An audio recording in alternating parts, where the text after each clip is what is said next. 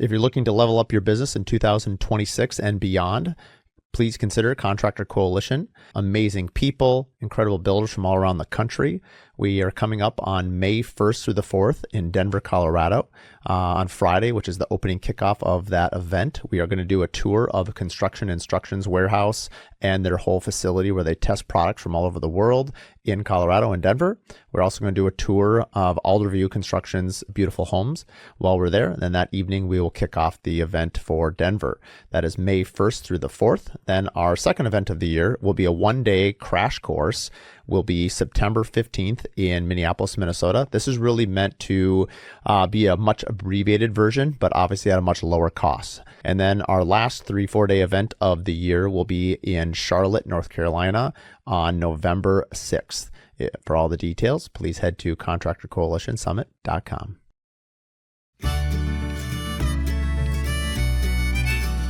So you're coming home, eating from home, or working in your office, and people are, cutting on the wet saw. I mean, so here's the thing: is we have protocol for a reason, and as understanding as a client may or may not have been, you still have to hold your guns, and we did not do that in this case, and now we're paying the price for it.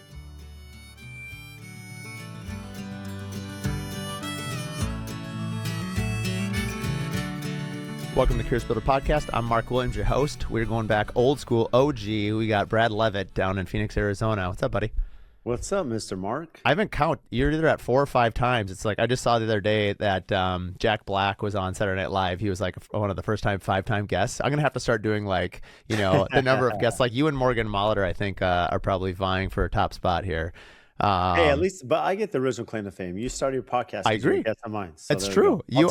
For sure you're the OG. That's at least a factor, a power of 2. Well, today is Thursday's episode. We're going to do a losers or winners, a 20-minute segment on basically, some big losses that we've learned from. And it's fun because you and I get to see each other in like just a week. May 1st, we're already coming into Denver, Colorado for a Contractor Coalition Summit. Can't wait. I mean, it's coming up fast. I know. I was trying to get there early with you so we could have a little bit more extra time, but that summit's so fun. I actually just had Trapper on my podcast, and I know he's been on yours and came to the summit. And we have a few new people, even from Phoenix, coming. And I don't know, that community of the Coalition Summit is something else. From the Builder Show to things you guys are doing, all of us. I mean, the community's grown so much. It's so fun. Anyone that isn't going, they're missing out big time. Well, what's amazing about it is it feels like forever, but it's only been 4 years. I mean, it was 4 years ago right now, Brad. The first time you and I ever met was when I went to Nashville. Yeah. And I think of how much my business, my career, I mean, so many things in my life, personal life as well, have all changed through the friendships, the connections, and, regardless of what your path is. I think what's so unique about what, you and Morgan and Nick started was really just being the first ambassadors of collaboration over competition. And now it's like, if that's not the bumper sticker on your business, like you're being left in the dust. I don't know. It's so true though. I mean, it's only been 4 years, and you think how many attendees have come, how their business has multiplied, their networks have expanded.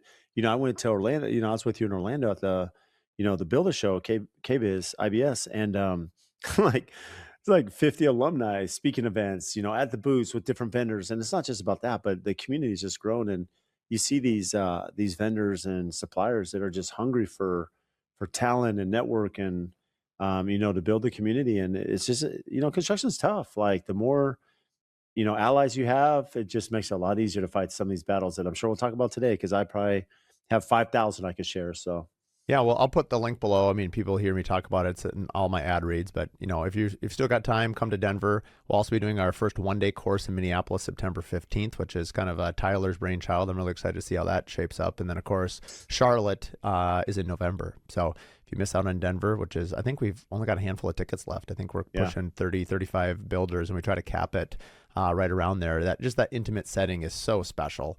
But this isn't meant to be a Contractor Coalition plug, which is fine. Happy to do that. Let's dive into, like any business person and entrepreneur, losers or winners. I mean, so what have you got? I'm a loser again, dude. I was such a loser, man. I thought I was past that. That high school's done, man. So round 2 being a loser, it's funny because, they always say the definition of insanity is doing the same thing and expecting a different result. I learned a painful lesson. This would have been, 7-8 years ago. for a high list Hollywood celeb. A lot of people know who this person is, so I'm not going to reveal their name. And it was one of those projects that we were brought in. Bottom line is there was a big insurance claim, right? House flooded. They had to rebuild it. We came in and their goal was to be in by Christmas. As we know, like there's tight timelines to get someone in by the holidays, which is typically not my favorite anyways. And so as we're kind of leading up to this, the plan was to start roughly in February, give us 10 months to do the rebuild. It was going to be fine. We're going to make it work. It'd been tight. We'd make it work. But as which typically happens, insurance is drawn out, the legalities of it, getting the check, getting approval, because what the bank or what the insurance is appraising to what the actual cost of construction don't line up. I mean, anyone that's been through that understands this. So we didn't get started till like May. So now you're like already behind the clock. So we're just like, we're going to hit it. We're going to hit it. And what I realized is like trying to make someone happy is always the worst response ever, because if I would have just sat there in May or June or August and said, look, Mark, there's no chance we're going to be done in December. Let's figure out a different place you're going to celebrate the holidays. We're going to be done in March. They're going to be really upset. But they can pivot, but now when you get into December and their lease is up and they have nowhere to stay, or their VRBO or wherever, and their kids, and they're expecting Christmas and you're not done. I mean, it just becomes, now you're in the crosshairs, and this client yelled at me. Anyone that knows Mike with ECS out in Jersey happened to be out visiting me, and the client called me. He's like, I've never heard a client talk to someone like that. Like, he's literally just light me up. And you just realize when I was trying to be the hero, you end up becoming the zero, and it just sets you up for the wrong course. And I'll talk about how that leads into it, because I'm sure you want to say something, but yeah, it just, it's that overcommitment, under delivering, that leaves a painful taste in their mouth, instead of just, being upfront from the beginning. No, I mean, I just did last week's episode was literally what just happened. But you shared that story the first time I ever met you in Nashville. And I think that's what's been so valuable and helpful about this series. It reminds us that you'd like to think that you don't have to learn the same mistake again. The problem is like, I'm not done. Oh yeah. That's the problem. It's almost too easy. All right, well, what you got for round two there? So round two. So here's kind of and I'm going to move to the whole point of bringing up that, kind of setting the table, if you will, for today.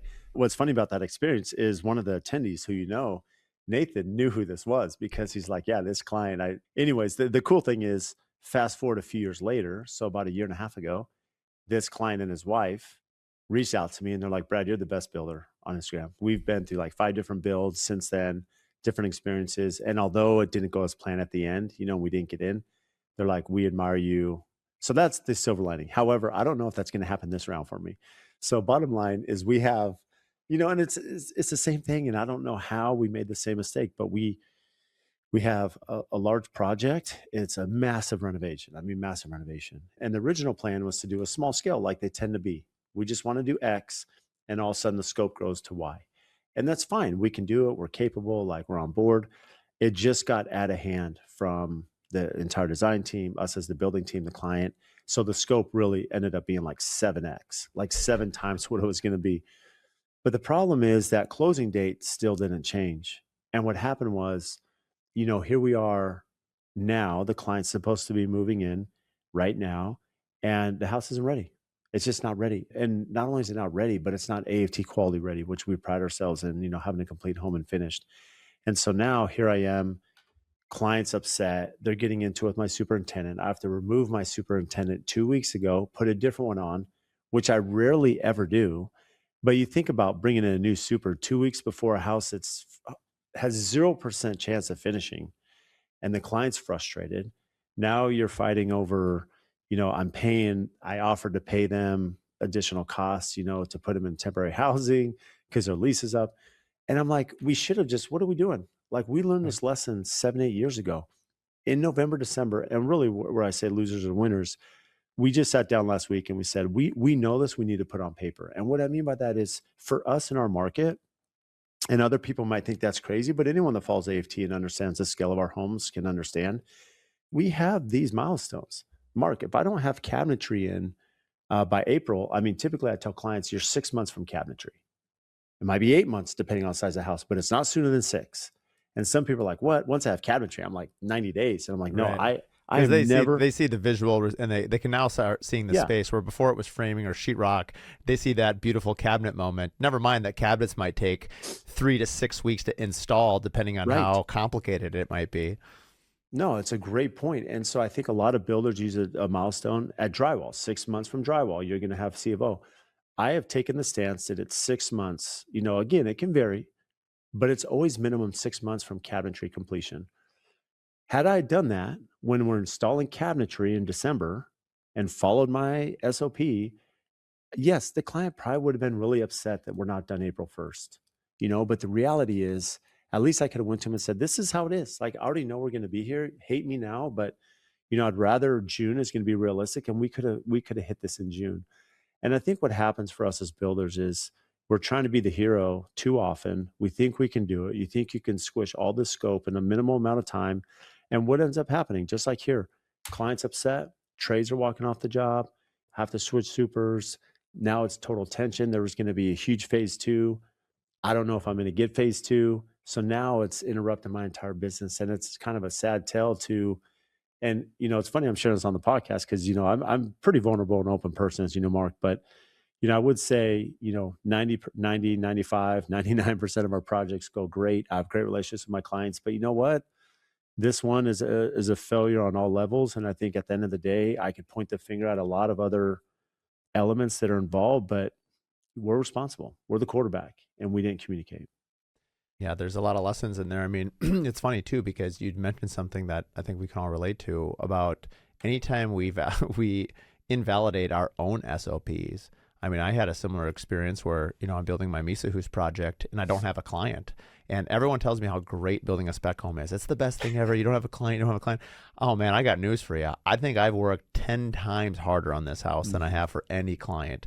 A lot of it is because my own expectations, and I am, your own critic because you want this to be perfect. But my point was, just a real quick tangent to that, is I changed my SOP because we didn't have a client. We changed how we operated. I gave the designer, who's super talented, but it was unfair to her, I gave her a 5-to-1 veto power. So I didn't plan on this, but I made her the GC. Super talented designer. It was not fair for her to also be the GC. It led to confusion to the subs. It led to, and the only I've apologized many times on air about this, but it was only just the fact that I was having a great time. Like, I loved what was happening, and everyone else, the subs were pissed, the designers were upset, the architect, everyone was upset except for me, because I just thought I'm the best boss ever. I gave everyone, but at the end of the day, what they really wanted was for me to be the captain of my own ship. And so I apologized to everyone. I set out a huge mea culpa saying, it's my fault.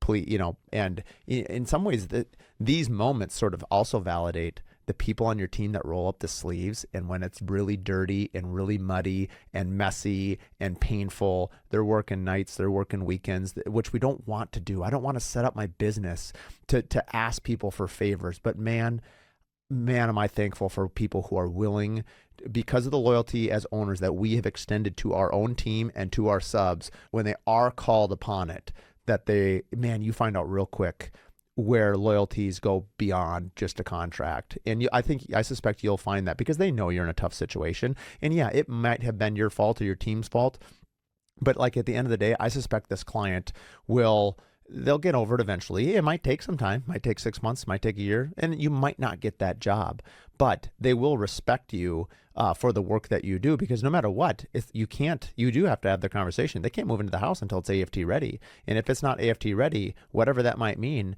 I'm sorry. It's kind of like the doctor report.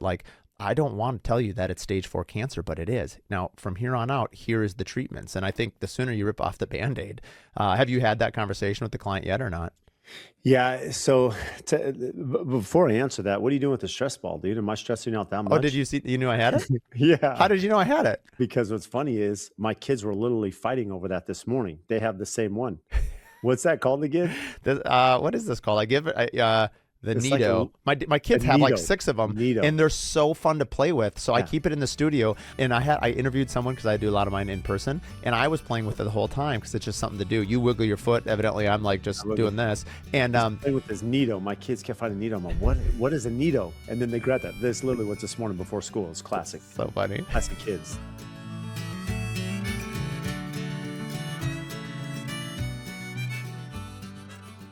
This episode is brought to you by Pella Windows and Doors. I've used Pella for 21 years as the exclusive window company on every one of my builds.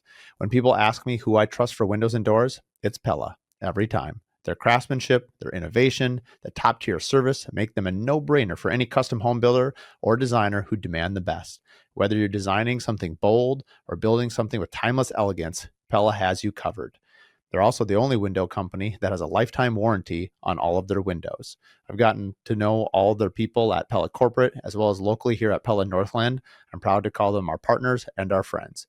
Visit Pella.com to learn more and connect with your local reps today. For more information, you can also listen to episode 1, where I interview the Pella Northland founders, as well as episode 109, where we talk all about their latest innovation with the Steady Set window.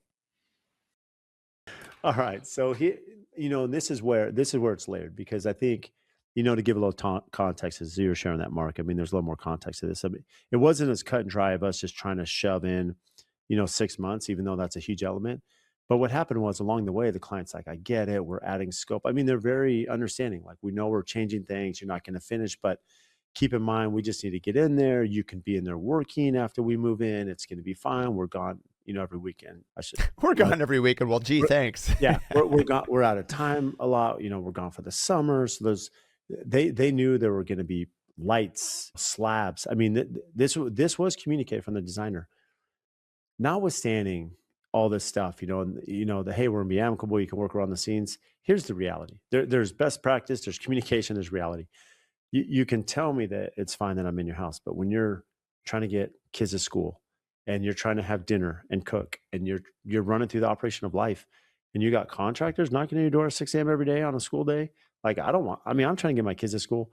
I don't need someone in my house right now. And I come home, so you're coming home, eating from home or working in your office, and people are cutting on the wet saw. I mean, so here's the thing: is we have protocol for a reason. And as understanding as a client may or may not have been, you still have to hold your guns, and we did not do that in this case. And now we're paying the price for it. What will do you do a yeah, it's funny, how often do you have to read? It's like scars. How often do you, I was actually thinking the other day about this Losers or Winners, which I still like the title, but I just thought of one the other day, like the story of the scar. My kids the other day asked, I have a scar on my hand where as a teenager, I accidentally stabbed myself with a knife while I was whittling some wood. Yeah. And it's a pretty big scar. Yeah, exactly. Right. And, but like, then nobody asks you about the unblemished skin. You're called to attention of the scar, the thing that sort of defines or mars the surface. But those lessons, they stick with you. It'll be interesting to see. I mean, the mistake has been made and you know it, and we're not perfect. We do and there's other things in our life. I mean, we have personal things that we're juggling. We have our businesses expanding, and it's easy for a client. I think that's why and I know you do this too. I try to humanize the situation as much as I can. And you're a phenomenal humanizer. I think it's a reason why a lot of people gravitate towards AFT and to you specifically. And I think the more like for instance, are you still staying with every 6 months you have dinner with these people? Yeah, I am doing that. And I will say the one silver lining is we've had numerous conversations on the phone. And part of the reason that led to the superintendent switch is I told the clients, I said, look, everyone's an extension of me. And they called me back and they said, we thought about that comment. And because, I'm very calm. Like, look, I can get riled up. I always tell people, don't confuse my kindness with weakness. And I can lose it, like all of us can. But, I think in most cases, I'm not worried about who's right. I'm worried about getting it right. And whether I had in my arsenal 50 reasons why it's not our fault, none of that's relevant. We have this problem. We're trying to get it done. And so when that client called, I'm very even tempered and, let them speak and hear them out. And I said, okay, well, let's problem solve. Can we get an extra 10 days? Can I pay for that? And then when they called me, I said, hey, I don't speak to you that way. If so-and-so spoke to you, we're going to make a switch. And we did. And going back to the learning lesson, if you will, in all this is, even though we made that same mistake, Paul, who a lot of people know that works with me, he says, one thing about Brad is he knows we're all going to make mistakes, and we do. But where he gets frustrated is if you're making that same mistake again. And so, one thing we're going to do in our production meeting that we do regular is really sit down and go through these milestones. Like, guys, as we're communicating closing dates, we do have in our contract, which I speak about at the summit, shameless plug here, but I will speak and do speak about a proper way to when the client can move in, when they're actually allowed to get their keys, and it's in their contract and it's not dictated by C of O. And I'll just leave that carrot dangled out there. And the reason we do that, because it does allow us to have an AFT finished home, and then allows us to finish in that proper order. And if you deviate from that, and that's where we can just train everyone, here's the communication, here's the red flags, here's the conversations. Like, we don't want a homeowner moving in early. We don't want them, even if it's life circumstances, life or death out there.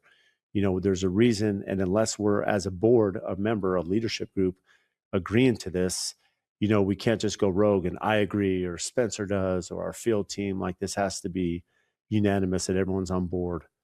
No different than I'm picking natural stone, and the natural stone's like, you're going to sign this affidavit or waiver disclaimer that, hey, it's natural stone. It may not look like the stone you got, but at least you're aware of what we're doing here. That was funny you bring that up. And Nashville 4 years ago, you shared that, how you do that. And I was in the middle of a client, because we've all had it. And another builder here locally in Minnesota had shared this. I think it was Sven Gustafson from Stonewood. He shared this thought that because he had a similar protocol to you, that basically from the day of CO, there's X number of days, got to come to Contractor Coalition to find out how many of those are. But the point, we rewrote it in our contract too, and I put it on my Builder Trend schedule so that they can see it. And I tell them, if you are attracted to us because of the quality and of the enjoyment of the process that our past clients have had. And we're not perfect, but if you're going to have the best journey, this is how it is. It'd be a little bit like, actually, this is a great analogy for an airplane. Can you imagine if, like, rather than like, they say, hey, everyone put their seatbelts on, we're going to be touching down in the next 20 minutes, and you like slowly descend all the way down. Everyone knows it's happening. Can you imagine if they were like, they flew over the city, like, and we're landing, and it was just like a straight vertical drop? That's crazy. And yet I did that for 18 years. Like like we would meet on a Monday. Crash landing. I crash landed every single job I did, and somehow we got through it. But like, it would be a Monday. We'd meet the client. We'd have 4 days to do whatever was on this crazy punch list. They'd move in on a Friday. They'd damage the house. And then we spent the next 6 months. This is what Sven used to say, is like, you would spend 6 months to do 2 weeks of work. Because if I have to go around little Johnny's, pickup schedule and your work schedule, and when you're home and when you're not home, and forget the inconvenience, but just actually getting into the house, plus the subs, it's not, everyone gets annoyed at like, hey, the service tech is going to show up at your house between 10 o'clock and 5 p.m. You're like, well, how in the world am I? And guess what? They'd never show up in that window anyway. And so it's like, we can't do that. So how about we all have a better life? You stay out of the house for X number more days, and we get all of these things done. You move in, anything now is on warranty. We'll handle it at the 1 year. And we're so glad you get to move into your beautiful new home. And as soon as we instituted that, the thing is we told the client a year ahead of time. And that's the magic. You cannot do this mid-flow. It has to start on day one. And you're 100% right. You have saved me so much heartache and headache. Not that doesn't move, but that has been a kind of a shield. I just say, hey, that's how we operate. And as soon as we believe it, then the client will too. Well, while you live in every stereotype, tell Sven I love him, but you're living in the frozen tundra and you have a friend named Sven. Was it Frozen? But that is back on track. And that was the comment. We had a pre-com meeting, and, Corey brought up a point. He said, look, Brad, and not just Brad, but we were kind of speaking as a leadership team. And so often when it's the groundbreaking, we're all pumped. We get out there on site, we have a groundbreaking, put a shovel in the ground, everyone's pumped. And then you get to the end, and like you said, it's crash landing. What are we doing? And to your point, what we realized is if we have a closing process similar to our pre-construction checklist before we start a project, well, now we have a checklist to completion. And one of that checklists is mandatory in the contract that, yes, we have C of O, and the clients have so many hours after C of O to come do their punch and do the punch walk. And then we have so many days after that to finish that. And so that way you're not fighting the client moving in with the house not ready, and then the client in the home saying, hey, well, this warranty is now bleeding into punch, which is bleeding back and forth, and I don't want to pay your last check. And there's no clear definition, and it starts getting really muddy. Yeah. I was just going to make one final joke, and then we'll end it. It's like I was thinking your soil is so hard. The golden shovels that you give your clients, I mean, how many shovels have you broken? You can't dig anything in Arizona. It's just rock. No, listen, these groundbreakings are hilarious. Why don't you just do like a golden piece of dynamite and have some fun? We just need like a bobcat or something. Like they go out there and they literally hit the ground, and it's just like the little tip of the shovel will go, and you'll flick like a little pebble. And luckily at the last groundbreaking, they had a little wash. So when you have like a wash, like flood zones here in Arizona, it's pretty sandy. Like think of like sand in a Yeah, bunker. yeah. So they went to this wash and they were doing the wash, because if it's on the normal slab on grade where the house would be, yeah, you're not. So we did this. It was because you're doing it for Instagram, right? You're doing it for a picture, Yeah. basically. It's obviously no one digs with golden shovels, but it was funny because I had my team buy some because everyone's doing. I'm like, fine, we'll do this dumb thing. So I had them buy one, and we shoved it in the ground. Like the things are like Fisher Price. The blade, like just in Minnesota, we can actually dig in our ground. That's real dirt. We're real humans up here, and not a bunch of Gia monsters. And so anyway, you stick the dumb. I saw one of those at the zoo, by the way. I was at the San Diego Zoo last week, and I was going to send you a picture of the Gila monster. I'm like, this is where it belongs, in a cage, not at your house where it can bite you and kill you. Anyway, this dumb shovel just bends, and I'm like, what a joke. It is a Gila monster, just so you know. Gila? What, Yeah. which Gila. one? With an H? Yeah, it's Gila, but it's pronounced Gila. Well, monster. Gila monster is how we pronounce it up here. Now, why don't you go ahead and Gila out of here? Hopefully you shoveled all that snow this morning. Nothing but sunshine here, baby. Curious Builder, over and out. Thanks for coming in, Brad. Thank you. That's what we call a hard landing. That's like That was a hard landing. Wow.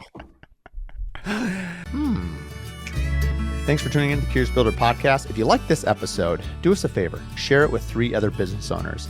The best way that we can spread what we're doing is by word of mouth, and with your help, we can continue to help other curious builders expand their business. Please share it with your friends, like and review online, and thanks again for tuning in.